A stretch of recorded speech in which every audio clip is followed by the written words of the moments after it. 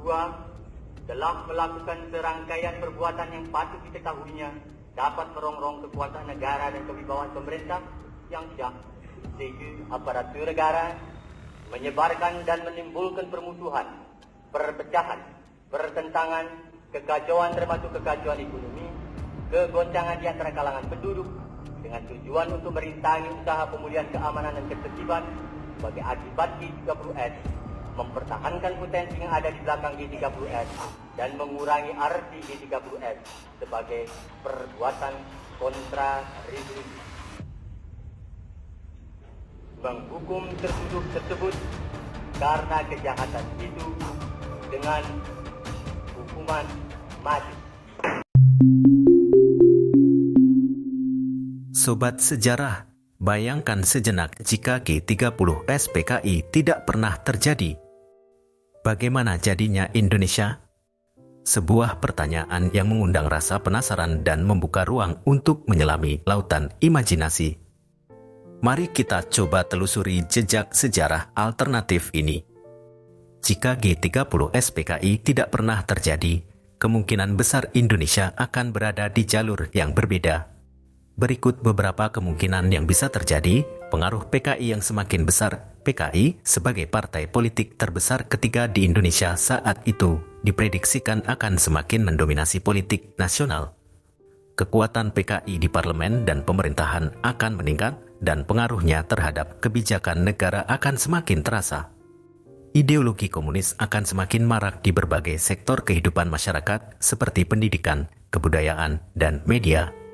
Konfrontasi dengan Malaysia yang memanas, kebijakan luar negeri Indonesia yang condong ke blok komunis dikombinasikan dengan pengaruh PKI yang semakin besar, kemungkinan besar akan memperpanjang dan memperparah konfrontasi dengan Malaysia.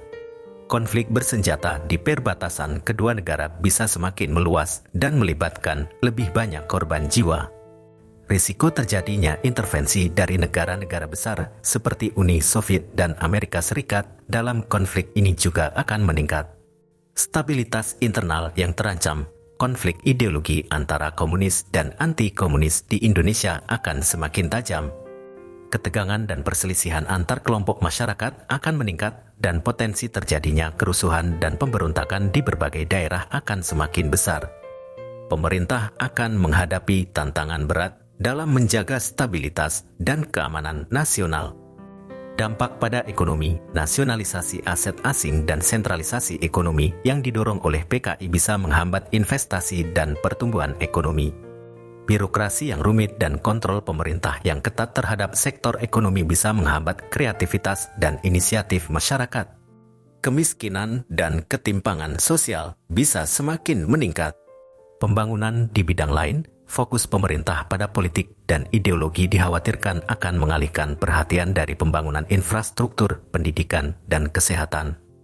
Kualitas pendidikan dan layanan kesehatan bisa menurun. Pembangunan infrastruktur dan kemajuan teknologi bisa terhambat.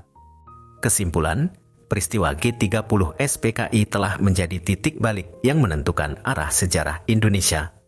Peristiwa ini telah meninggalkan pelajaran berharga tentang bahaya laten ideologi komunis, pentingnya stabilitas politik, dan menjaga persatuan bangsa. Meskipun tidak ada yang bisa memastikan dengan pasti apa yang akan terjadi jika G30 SPKI tidak pernah terjadi, simulasi sejarah ini memberikan gambaran tentang kemungkinan konsekuensinya. Konsekuensi yang bisa membawa Indonesia ke jalan yang berbeda dengan berbagai tantangan dan rintangan yang harus dihadapi. Bagaimana menurut kalian, sobat sejarah? Jika G30 SPKI tidak pernah terjadi, seperti apa Indonesia saat ini? Mari kita bagikan pendapat dan pemikiran kita di kolom komentar. Bersama-sama, kita jaga sejarah dan bangun masa depan Indonesia yang lebih baik. Perlu diingat bahwa simulasi sejarah ini hanyalah sebuah kemungkinan. Tidak ada yang bisa memastikan dengan pasti apa yang akan terjadi.